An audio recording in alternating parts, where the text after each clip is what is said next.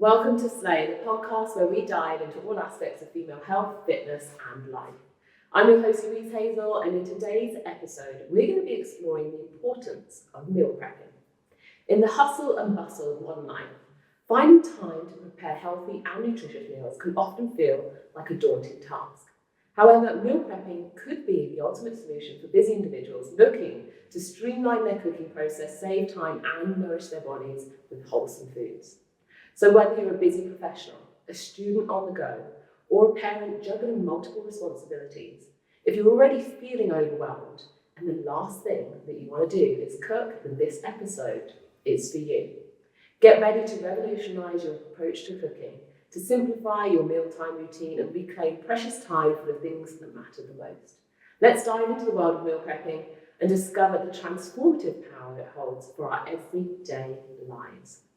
Here with me today to prove that it's an absolute game changer and time-saving technique that could be the key to unlocking your body goals and improving your overall well-being is my good friend and celebrity chef to the stars. It's founder of Getaway Plate, Kiki Canuto. Kiki! Welcome back to Slay Gym. It's been so long. It has. It's been a minute. I'm so happy to be here. It's been too long. The last time we saw each other, it was Super Bowl Sunday. We were stuffing our faces with, I think, a platter of mini treats and discussing all things meal prep and how to kind of change the world and the way that people eat. What have you been up to since then?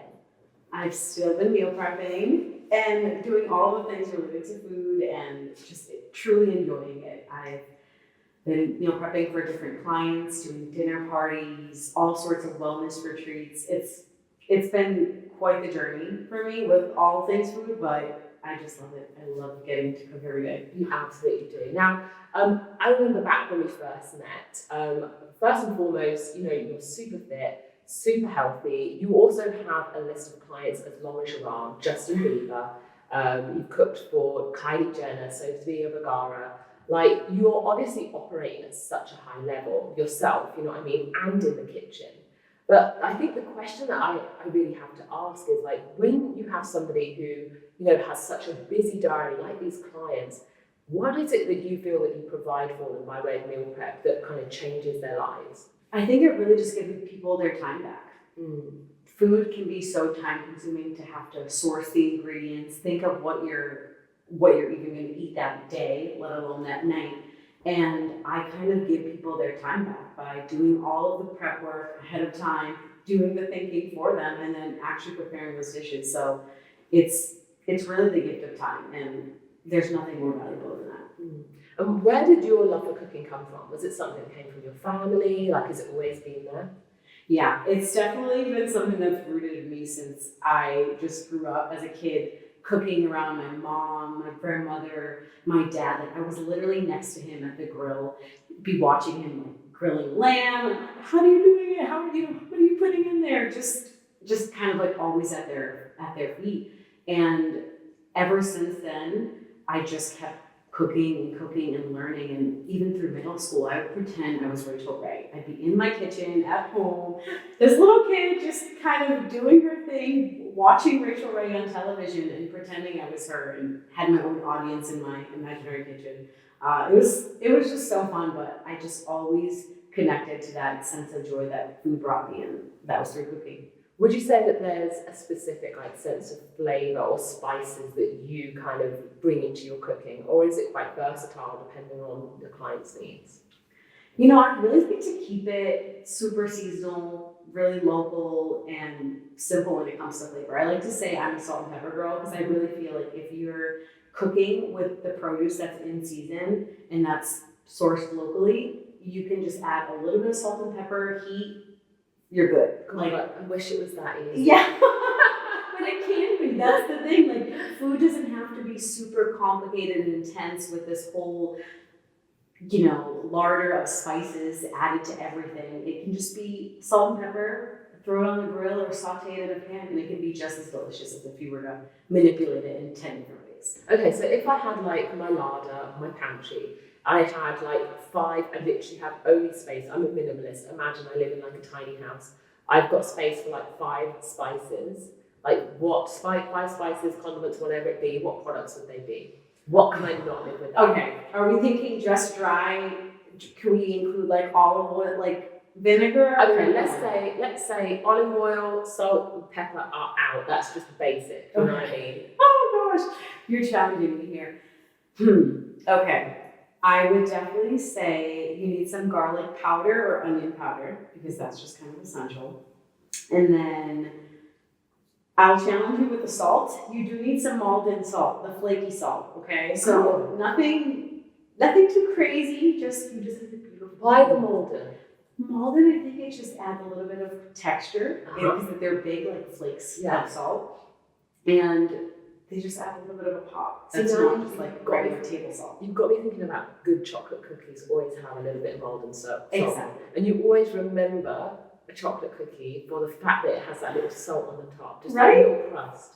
God, you've got me. So you need the Maldon salt in there.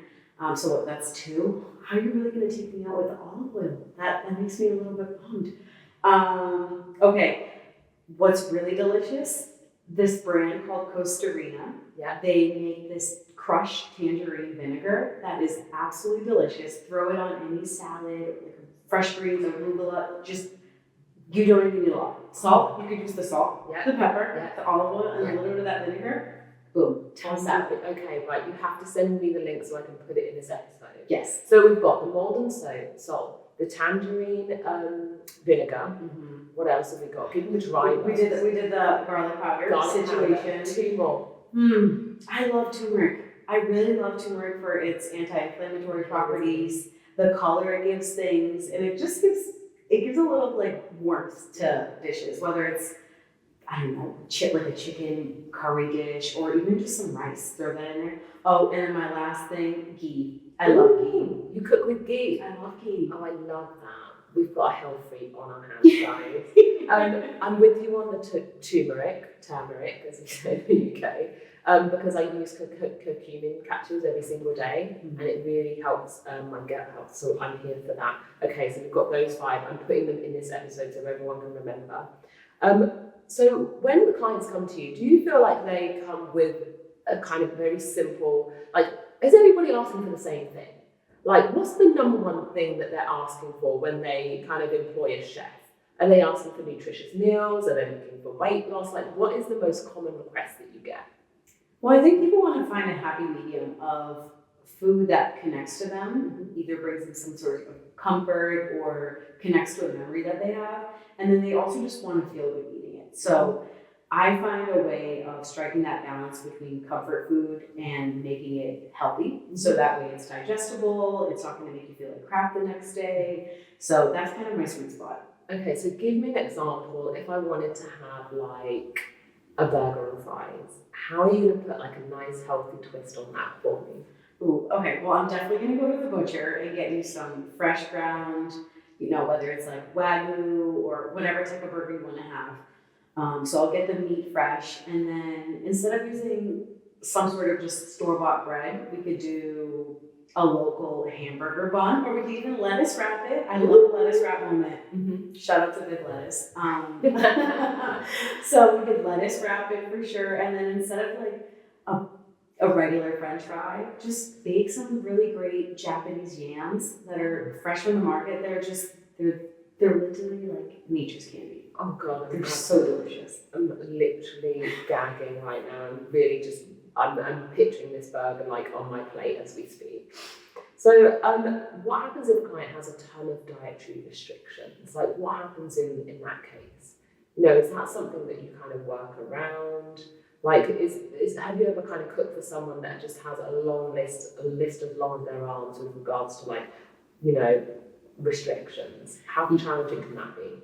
Yeah, it can be a little bit of a challenge, but hey, I'm here for the challenges. It allows me to learn more about food and what I can do to manipulate certain ingredients and how I can create outside of the box. So if someone has some sort of gut issue and they can't have gluten, I just find a way to make that thing extremely friendly to their diet without the gluten. Mm-hmm. So it's actually a little bit of an adventure for me, and I take that as an opportunity to create and kind of just surprise them. Yeah. Now look, a lot of us can't afford chefs, let's face it. But if I'm at home, trying to kind of like do my best in the kitchen. What's one practical strategy that I need to master to make life easier on myself? I think giving yourself a dedicated time slot during the week to do all things food. So whether it's just taking an hour to kind of sit down, look online, Google what you want to eat for the week, think about where you're going to shop, all of those ingredients. I love using Instacart to get my groceries. So it makes everything so just effortless for me. I haven't used Instacart yet. You gotta, it's a huge time saver for me. When it comes to like simple things that you're constantly refilling in your house, like different almond milks or nuts or seeds, you just go on there, order all of your groceries, and that cuts half of the time and the stress of meal prepping. You have all your groceries being shopped, and then you're just creating an environment to actually meal prep and do all the cooking. And I have a whole ritual that I do for that. Oh, to I'm make it fun. intrigued. Are there any batch cooking techniques that people need to know about? I would say when it comes to big meal preps, you just have to kind of think of ingredients that kind of fall in line with one another. So if, say you want to do different types of meats for the week, maybe you just do, I don't know, let's say chicken and beef. Those are your two big proteins. So focus on dishes that are going to be simple, or it could be, certain ingredients can be used for something else. So if I got peppers, I can maybe make a curry with that, or then I can also do a stir fry. So it's thinking about recipes that use similar ingredients, so that way it just is super, super simple to get the meal prep done, and you're not stressing about 18 different recipes that require 46 different ingredients, and then you're like, I don't know where to start. Got you. I feel like online, like we're constantly trying to increase our productivity. And a lot of the time I see these kind of really complex shopping lists.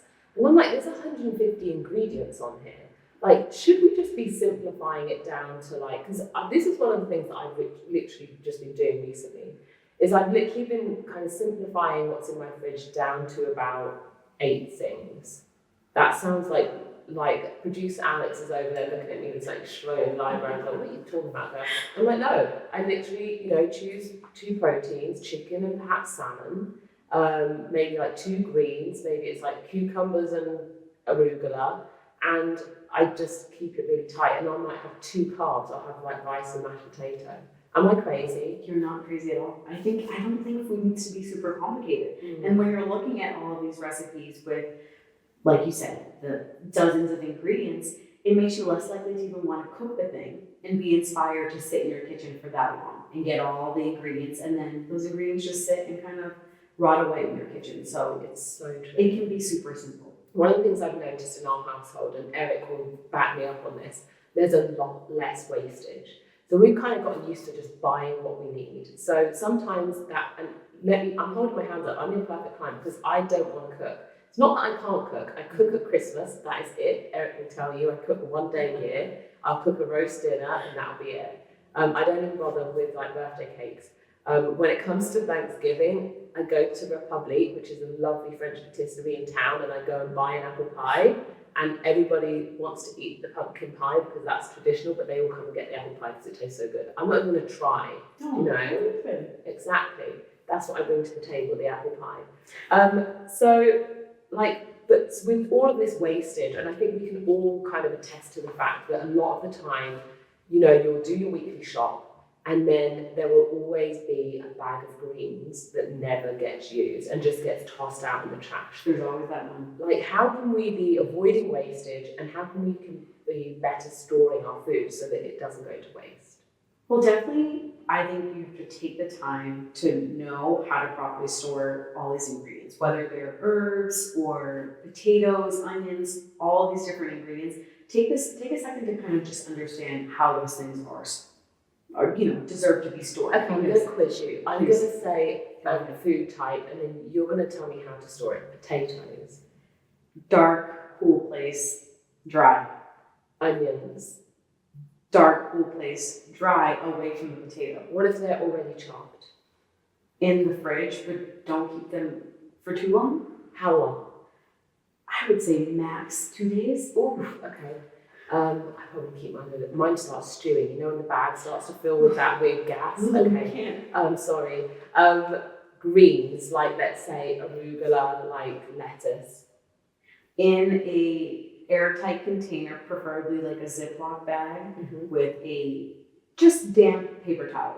Oh, Not soaked, just damp. what does the damp paper towel do for us, Kiki? It just keeps him hydrated because the refrigerator acts like pretty much like a dryer. So anything that goes into a refrigerator pretty much just gets dried. So you want to keep your greens moist. Look at my face. I had no idea. You have no idea. I was today years old when I found it. That's some amazing. Yes, that's why your arugula gets sad real quick. She gets real sad if she's not and crispy. Mm-hmm. Bananas. Dry. I don't know about yes, we want a little bit of darkness, preferably in like a bag if you really want to ripen them up a little bit quicker. Because I've been storing mine in the fridge and they go brown on the outside, but they stay good on the inside. When are you putting them in the fridge? Right when you get them? Immediately. Is that weird? I've never done that, so we'll have to look into Try it this week and feed back to us. And then when it comes to, you talked about zip-locking there, but when it comes to about food storage, so different types of containers. But if we're going like balls to the wall, I want to look after my health. I heard this really interesting piece from Dr. Mark Hyman this week on microplastics and the fact that they're finding more and more microplastics in people's systems, especially those people that have suffered from heart attacks. And so he was talking about the foods that we consume, the way that they are stored, bottled plastics as opposed to like glasses, the things that we can be doing to reduce the microplastics in our diet. What are the things that we should be doing by way of food storage to make sure that we're protecting our systems and ingesting less toxins? I would definitely say replace all of your plastic, Tupperware, anything like that, replace them with all glass Tupperware. I think that's kind of the number one easiest way to kind of start that process. I would also say not even using those plastic bags that you get at the store to put your vegetables in. Yeah. Either bring some sort of paper bag from home or just pick that bundle of spinach from the shelf, put it into your cart, wash it when you get home, and then store it properly in some paper towel. You can kind of skip that whole plastic process in the journey home. So I would kind of start off with those two ways. Why do I really, really want you to come and have a look at my fridge? I want to go to everyone's fridge. I can't even tell you. Like, people's kitchens are really exciting. You learn so much about someone with their kitchen. Oh, you really good do. God. Oh, don't touch me. Don't touch me. Will you promise to come to my home and have a look at my empty fridge? Yes. It will take 2 seconds. I'm sure I'll find a chicken and salmon. What do you do to tailor your meals to suit your kind of client's needs, Kiki? Like, if there's, someone who perhaps is like, okay, I've got this health and fitness goal. I want to bulk up this year. Like, what are you doing to, make sure that they're getting an adequate amount of nutrition? I really like to see if they're working with some sort of a fitness trainer first, because I think that's kind of a really good contact person to figure out what their macros are, what are their fitness goals overall, and then from there, I can kind of help my clients shape out their diet. What does it look like? How much protein are we eating a day? How many carbs do we need to be eating? So I find that working with trainers is a really good source for me to build up my menus and help my clients. And what about making the meals that you prepare nutritious and satisfying? Like, do you already know, that will fill someone up. This isn't going to quite do it. I need to add some additional X, Y, or Z. When it comes to that satisfaction, someone feeling like, oh, I've had enough, Yeah. I mean, I think portion control and just size overall can kind of be my favorite gauge. It's like, okay, how much salad am I putting on the plate? Are they eating a salad and an entree? Or is it just the entree? I kind of just gauge it. I'm a very intuitive chef, so I kind of take a second to learn my clients. What are their tendencies? Are they snackers throughout the day? Or are they just kind of, do they come home and eat that one big meal? Yeah. So it takes a second to kind of learn that. Have you ever overserved or underserved somebody? Significant. And which one? I've done the overserving. And it's more so, but I feel like that happens more so when I do, if it's a dinner party or if they have some guests and, they're all tending to eat healthy, but there just might be a little bit too much. But I have my mom's hand when it comes to cooking, so. And what does your mom hand say? More is more. Yeah, it's just more is more. And it's like, oh, you're not hungry? Well, you should eat. So that's where it is. I love it. Are there any ingredients or meal components that you often incorporate into people's or your clients' plans for optimal health and energy? We talked about turmeric being, a spice that you love to use. Is there anything else like superfoods that you really lean on, or any other ingredients? Well, I love if they are smoothie drinkers or any sort of like fruit kind of fans. I love including just different types of berries. They're just super high in antioxidants, and including some sort of flax meal or hemp seed as a good protein source or fiber source. So just kind of sneaking in little things like that. And even with baking, if I'm baking muffins, they can have a lot of different shredded vegetables inside of them. They can still have a little bit of sweetness, whether it's with monk fruit or applesauce, but they're all kind of just like tucked away. But then it's like, here are your veggies too. Got you. Eric always says, hide the medicine in with the applesauce. I feel like that's an Americanism. So is that you're kind of like hiding the muffin in with the carrot in the muffin with the applesauce? Yeah, I think it's kind of what I'm doing when someone has a hard time having too many or having any vegetables at all in their diet, or if they really, really love sugar, but it's like, hey, we're not going to use sugar, we're going to use applesauce or some other natural sweetener. I was going to say, how do you stay informed with like the latest kind of updates in nutrition and the products that are coming in and coming out? Because I feel like every single year there's something new comes out about like 0 calorie sugars, fat, so on and so forth. Yeah, we're like constantly inundated with new information that's coming out, and I feel like just the whole health system, it's just filled with new information so frequently that it is hard to keep up, quite frankly.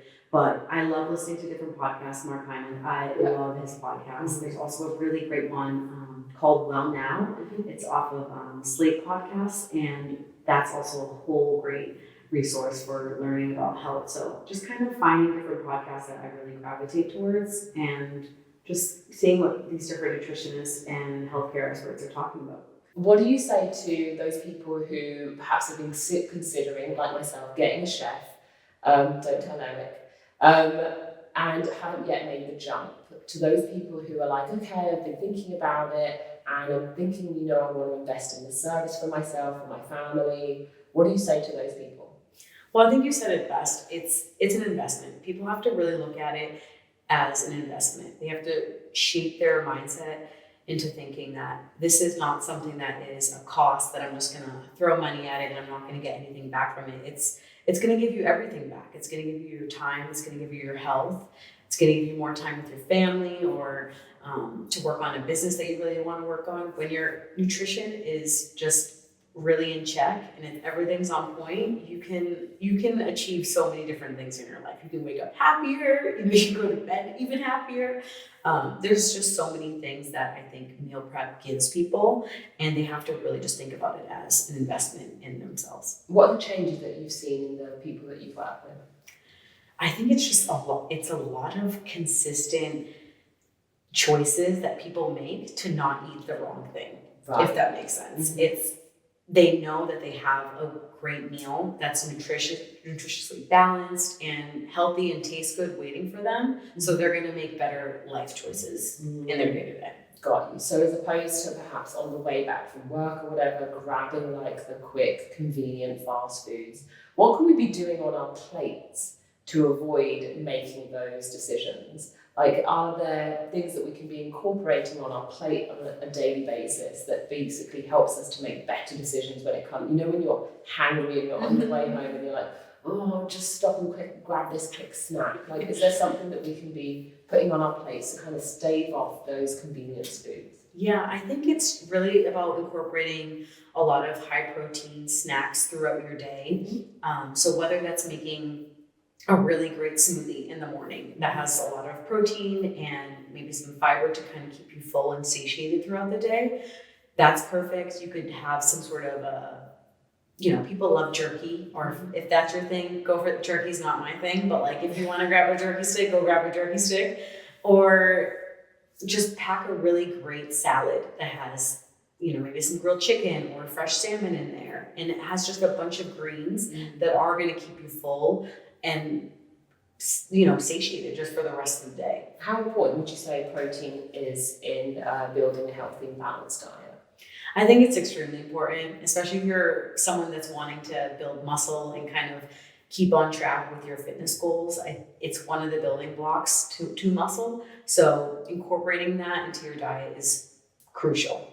And when we're talking about, you mentioned sourcing earlier. You talked about going to the butcher. It's my favorite part. I know, and I noticed that you have this discount code for this amazing butcher. They look like they have amazing steaks. I will be checking that out. How do you prioritize ethical sourcing and sustainability when it comes to the food? We've spoken about the ways in which you'll maneuver around local markets and things like that. Tell everyone about your kind of process when it comes to hunting for the best quality. Yeah.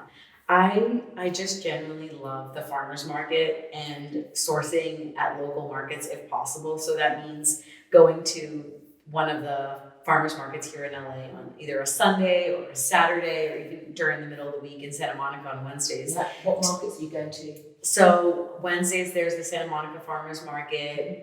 Sunday, there's the Brentwood Farmers Market. There's also Hollywood right around the corner. Mm-hmm. So those are kind of the staple ones. And then when it comes to meats, I love McCall's Butcher right on Montana Ave in Santa Monica. Mm-hmm. So I get a lot of my meats and fish from them, but kind of just keeping things local. And then when I need more of those basic ingredients that kind of are always flying off my shelves, I just Instacart it to the house so that way I can spend time exploring new markets and, new purveyors that I really like. And what about your own diet? Talk me through the type of things that you're likely to eat in a day. Do you kind of stick to a regime? Do you you said you're very intuitive when it comes to food. So is it very much an emotional thing or? Yeah, I like to say food is a mood. And I say the same thing to clients. I'm like, what's your mood? Like, you just tell me what you're in the mood for and then I'll make it. Because I think every single day deserves to be treated as a whole new day. So if the sun's out and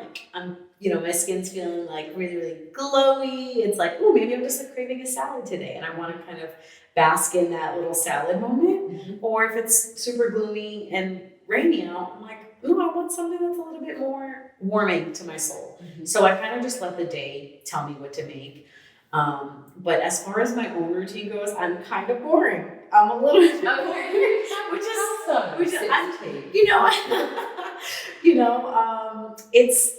I kind of have a routine because I'm also on my own fitness journey where I eat the same thing for breakfast pretty much. What is that? And it's just a high protein berry smoothie. So it's just frozen raspberries, some ice, my favorite protein powder, and Pro Mix. Mm-hmm. I love Pro Mix. The chocolate flavor is amazing.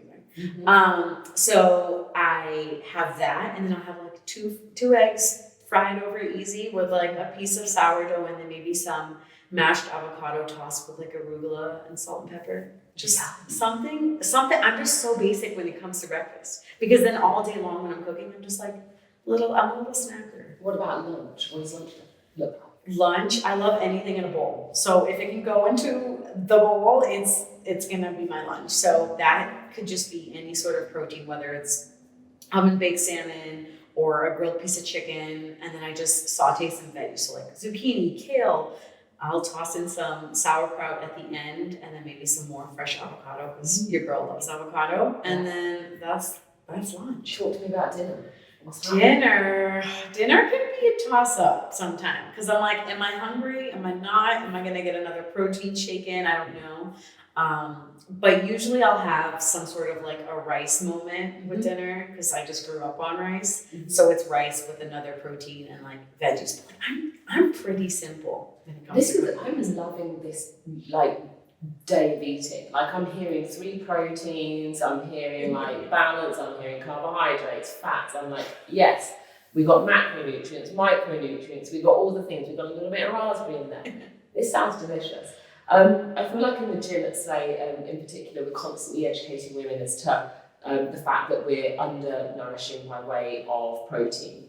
And like you said, the most important macronutrient of all, helps us with our recovery, is the thing that keeps our body mass nice and lean. A lot of us are, struggling with our body goals and stuff like that, but could be easily, fixing a lot of those problems with the things that we eat on a daily basis. Now, based on the fact that so many of us have body goals, things that we want to achieve, do you ever feel like food should be restrictive? I think when it's in alignment with your goals, yes, food should be a little bit restrictive. So maybe even if you're an ice cream fan, which I am, I'm not going to eat it every night anymore. Maybe the once in a blue moon treat or once a week, cool. I'm going to have it. And when I have it, I'm going to indulge and I'm going to love it. And I'm not going to feel guilty or shame myself for eating it. But I just don't want to make that a habit. Mm-hmm. So I really think it's about just finding those things that you really love to have, eating them in moderation, and then keep it moving. So Kiki, what happens when, let's say you've got your celebrity client, you've also perhaps got your nutritionist or trainer in the middle, and the celebrity client says, this is my goal, I want to lose 20 pounds, and the trainer says, right, here are the macronutrients, let's cook something that really works, so on and so forth. But the client comes back and is like, can I just get some ice cream? Like, what are you doing in that situation?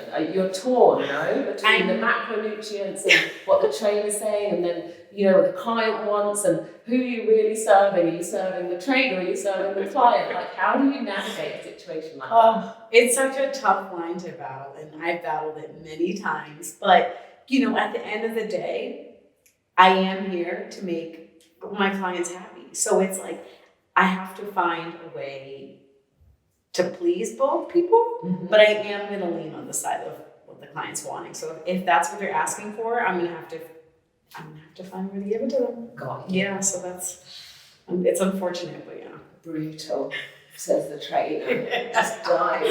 But for the most part, when there are clients who are on really, really strict diets, I just have to keep in mind that my job is to serve their higher purpose, which is getting to their better shape, mm-hmm. and not always leaning into their, every single request. Maybe every now and then, but I don't want to stop any of their progress. When you find people are really struggling, if they're on a, in that place where they're on perhaps a restricted diet or a strict diet, what do you find that they're craving? Is there one thing in particular? Is it sweet, savory? Does it vary person to person?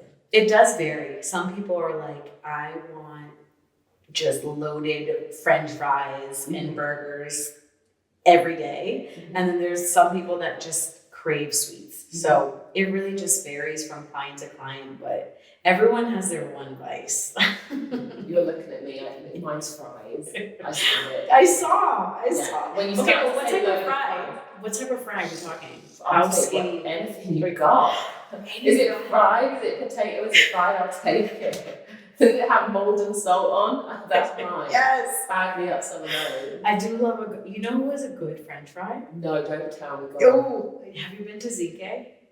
Yes. I love their French. Their steak frites. Put that plate of fries in front of me any day, and I don't care if I'm bulking or cutting, I'm eating them. Damn it. You're going to find me there in the weekend now. I love it. Kiki, we're going to close out with a little game called Eat It or Beat It. Okay. So, eat it means, I'm all about that ingredient. Beat it, no, it's got to go. It's not in my pantry. Ready? Yeah. 3, 2, 1. Pickles. Eat it. I'm with you. Celery. Beat it. Woo! Meatloaf. Oh, beat it. Really? No. Me and Eric have been cooking this turkey meatloaf. Honestly, it's been too long already. It's been a good 3 weeks. Okay, meatloaf's out. Cilantro, for those British users, coriander. Eat it. You do? I'm not soapy cilantro. I'm not sure we can be friends. Okay. Runny eggs. Ew! No! Oh my goodness. Oh, I thought we could hang. Okay, this is a real divisive one in this stage. Okay. Angel hair pasta. No, that's a beat it. That's Beat a beat it it. for me. Okay, Eric will be happy. Yeah. We have this common thread in the gym. We talk about pasta noodles. First of all, in my mind, no pasta is a noodle, pasta is pasta, but whatever.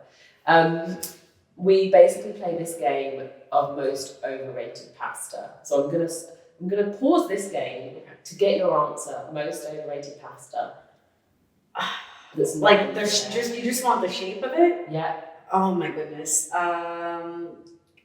I think rigatoni is pretty overrated. Ooh, controversial. Yeah, that one's gonna. Okay, back to eat it or beat it. Somebody said the shells, and I'm like, no, the shells are fun. No, like, the shells. Oh wait, I feel like I want to take back my answer. I think elbows. I don't like elbows. What are elbows? They look like they look like a smiley face, like a elbow. Yeah. I don't know why I'm doing this. I don't know what that is. But I'm going to show you the picture. Yes, please. Okay, back to eat it or beat it. Burnt toast. Beat it. Do people like burnt toast? Is that a thing that people enjoy? I don't know. I feel like some people like their toast really too overcooked. Okay, if we're talking like a fresh sourdough loaf, we can eat it. But if it's like a piece of just wheat bread burnt, we're gonna beat it. Yeah. Okay, raw onions. Oh, eat it. Oh God, Kiki. That's actually one of my pet peeves when clients can't have onions I feel raw. like raw onion is a garnish. I feel like it's not to be introduced to any food. Why would you put a raw onion on a food? You wouldn't like tacos? No. LA street tacos? No, not doing it. Not doing it. All right. I'm so sorry. We're going to be going out to eat opposite places. Okay. Mushrooms. Oh, eat it. I love mushroom. I love mushroom soup. Can't eat mushrooms raw or cooked for that matter, but I can have it in soup. Quinoa. Is there like a middle ground? Because it's like to me. It is, isn't it? Because you can't really. Can you marinate it? Like you can add additional ingredients. But what can you do to make it taste better than what? You could cook it in chicken broth or some sort of a stock, add herbs, and then once it's cooked, toss it with some. It's not my fave. It's such a shame, isn't Yeah. it? There are other things. What could you have instead of quinoa? Instead of quinoa, I mean, I'm just a rice Anything. girl. Yeah, literally. Anything. Just eat the rice, honey. I love it. Kiki, thank you for joining us on the Slay podcast. You're obviously meal prepping for the summer, dinner parties. Tell us where we can find you, where you're at. You can find me on Instagram. My handle is @getaway_plate, and then my website is www.getawayplate.com. Thank you, Kiki, for joining us. Thank you for having me. In summary, I remember a quote once that said, think of your health as an investment, not an expense. That concludes this episode of Slay. Stay tuned for more empowering discussions of female health, fitness, and life. You can follow me at Louise Hazel on social media, and you can follow Kiki at getaway_plate. And if you're interested in her services, she's taking on clients for this summer right now. So get in before she books up. You can check out the Slay brand at Slay Athletic, and don't forget to subscribe to the Slay podcast if you haven't done so already on Spotify, and leave us a review. You can also get all of the tools and resources that we mentioned in our podcast on the Slay app. Download it now for free from the App Store and join our online community.